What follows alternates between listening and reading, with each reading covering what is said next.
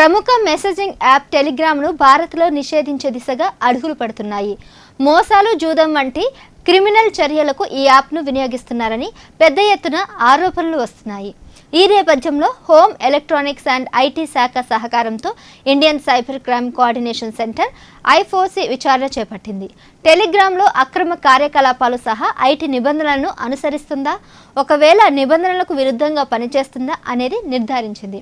ఒకవేళ ఆరోపణలు వాస్తవాన్ని తేలితే టెలిగ్రామ్ యాప్ను నిషేధించే అవకాశం ఉంది. దేశంలో 5 మిలియన్లకు పైగా వినియోగదారులు ఉన్న టెలిగ్రామ్ యాప్ను నిషేధించడానికి తోసిపుచ్చలేమని ఓ అధికారి తెలిపారు.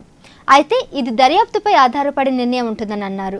మానవ అక్రమ రవాణా, డ్రగ్స్, ఉగ్రవాదం, మోసాలు, సైబర్ బెదిరింపు వంటి ఆరోపణలతో టెలిగ్రామ్ వ్యవస్థాపకుడు CEO పావెల్ దురోవ్ అరెస్ట్ అయిన 3 రోజుల్లోనే ఈ పరిణామం చోటు చేసుకోవడం గమనార్హమని చెప్పాలి. దుర్వోన్ను పారిస్ సమీపంలో ఓ విమానాశ్రయంలో ఫ్రెంచ్ అధికారులు ఆదివారం అరెస్ట్ చేసిన విషయం తెలిసిందే. మెసేజింగ్ యాప్ విధానాలు, నేర కార్యకలాపాలను నిరోధించడంలో విఫలమయ్యామని అధికారులు ఆరోపించారు. తప్పుడు సమాచారం వ్యాప్తి, చట్టవిరుద్ధమైన కార్యకలాపాలపై గతంలోనే పలు విమర్శలను టెలిగ్రామ్ ఎదుర్కొంది. ఇటీవల యూజీ నీట్ పేపర్ లీక్ అంశంలో దీని పాత్రను CBI గుర్తించింది.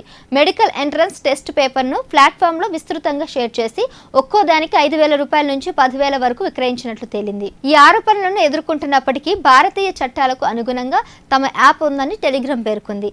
ఐటీ చట్టం నిబంధనల ప్రకారం ఒక nodal officer, chief complaints officer నియమించి నెలవారీ నివేదికలను వెల్లడిస్తుంది. అయినప్పటికీ భారత్లో దీని భౌతిక ఉనికి లేకపోవడం టెలిగ్రామ్తో వ్యవహరించడంలో ప్రభుత్వానికి ఇబ్బందులు ఎదురవుతున్నాయి. చిన్నారులకు సంబంధించిన అశ్లీల కంటెంట్ను తొలగించాలని గత అక్టోబర్లోనే టెలిగ్రామ్తో పాటు ఇతర సోషల్ మీడియా సంస్థలకు ఐటీ శాఖ నోటీసులు జారీ చేసింది.